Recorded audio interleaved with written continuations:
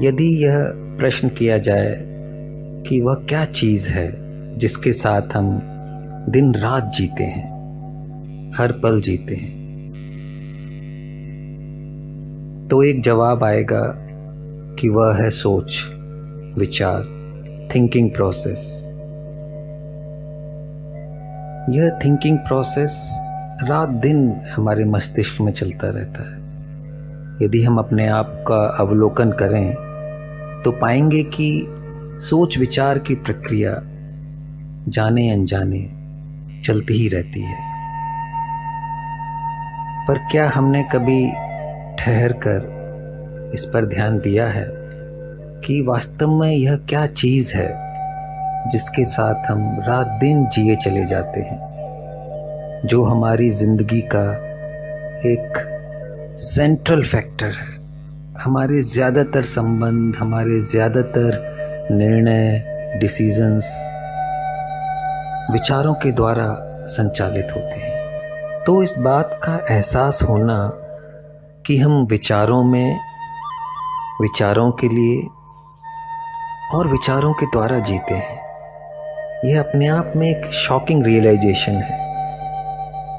जब हमें इसका एहसास होता है कि विचार किस प्रकार हमारे समस्त जीवन पर हावी है और वो कैसे हमें पूर्ण रूप से जीने से रोकता है। तो क्या है यह सोच, क्या है यह विचार? हमारा मस्तिष्क एक संस्कारबद्धता का परिणाम है। यह हजारों सालों की कंडीशनिंग, प्रोग्रामिंग का रिजल्ट है। और इस मस्तिष्क में, इसकी कोशिकाओं में सोच विचार की प्रक्रिया चलती रहती है। हम जितने भी अनुभवों से गुजरते हैं, मस्तिष्क की कोशिकाएं उनको रिकॉर्ड कर लेती हैं और उस रिकॉर्डिंग से, जो कि मेमोरीज हैं, स्मृतियां हैं, विचार की प्रक्रिया उपजती है। तो वास्तव में सोच या विचार स्मृतियों से, मेमोरीज से निकलता है। बिना मेमोरीज के थॉट हो ही नहीं सकता है। आप अभी यह प्रयोग करके देखें कि क्या आप बिना स्मृतियों का सहारा लिए सोच सकते हैं। आप कोशिश करके देखें, यह मुमकिन नहीं है। सोच के लिए स्मृतियों, यादों का सहारा जरूरी है। तो वास्तव में विचार स्मृतियों की गतिविधि है।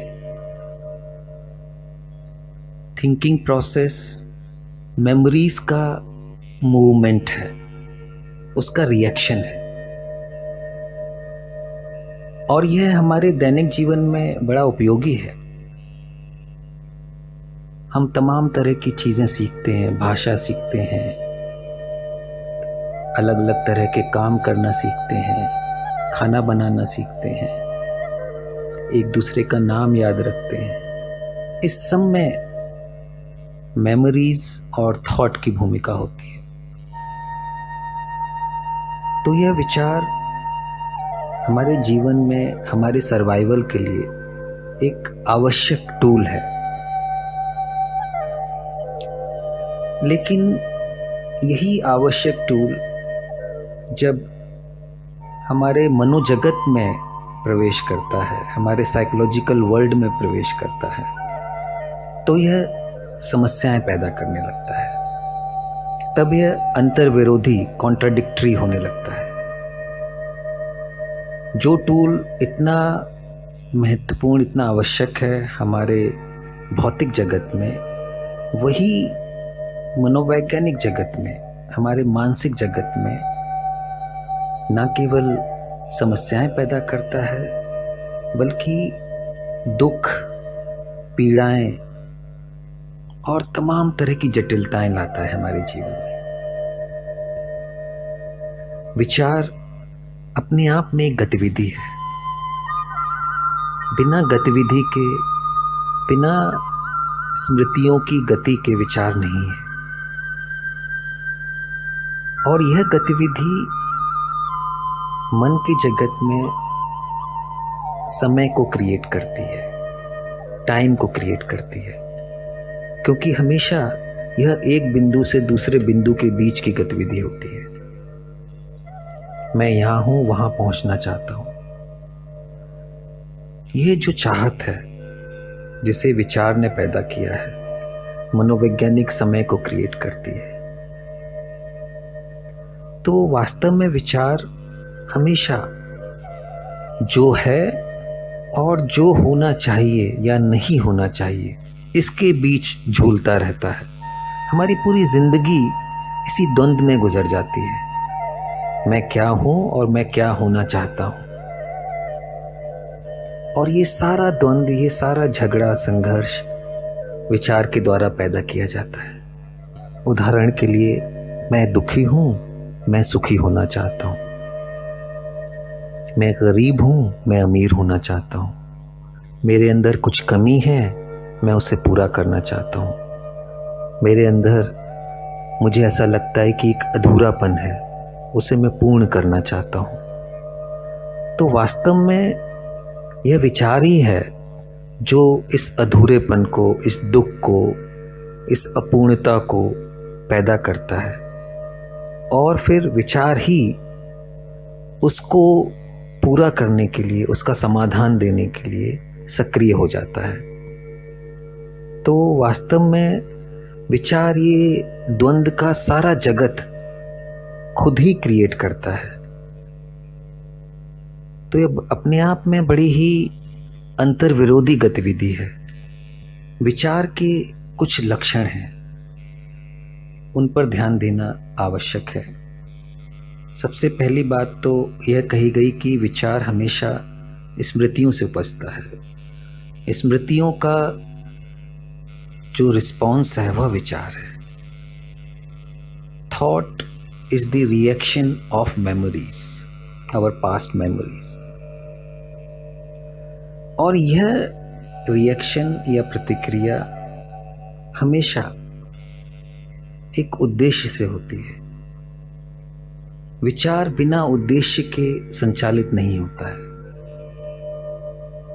चाहे भौतिक जगत में हो, चाहे मानसिक जगत में हो। कोई ना कोई मोटिव होगा ही विचार का। बिना मोटिव के, बिना किसी उद्देश्य के विचार गतिशील नहीं होता है। एक और लक्षण है विचार का, यह हमेशा अपने को विखंडित करके, फ्रैगमेंट करके चलता है।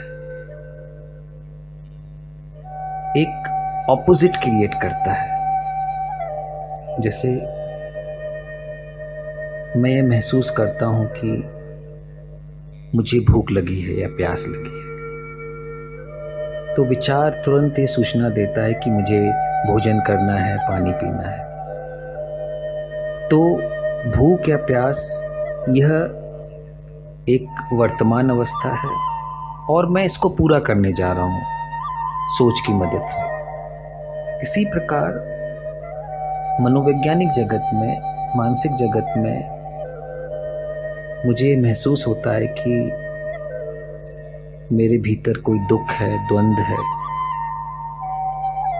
और मैं इस द्वंद को, इस दुख को खत्म करना चाहता हूं। तो विचार तुरंत आता है और कहता है कि यदि मैं यह करूं तो हो सकता है कि दुख समाप्त हो जाए। तो वास्तव में विचार, जो कि स्वयं ही इस दुख का कारण है, द्वंद का कारण है, वही समस्या का समाधान भी देने लगता है। तो यहीं पर अंतर्विरोध पैदा हो जाता है। विचार एक बहुत ही महत्वपूर्ण काम और करता है, वह एक केंद्र का, मैं का निर्माण करता है अपनी सुविधा के लिए। लेकिन वही केंद्र, वही मैं, यह भूल जाता है कि उसको विचार ने ही पैदा किया है। और फिर वह केंद्र, वह ईगो हमारे जीवन का बॉस बन जाता है, हमारे जीवन की सारी गतिविधियों को संचालित करने लगता है। विचार ही समस्याएं पैदा करता है और फिर विचार ही समस्याओं का समाधान देने लगता है। तो जिस तल से समस्या उपजी है, पैदा हुई है, उसी तल से उसका समाधान नहीं हो सकता है। और विचार की यह जो गतिविधि है, जो हमेशा अंतर विरोधों में चलती है, हमेशा विचार एक ऑपोजिट क्रिएट करता है,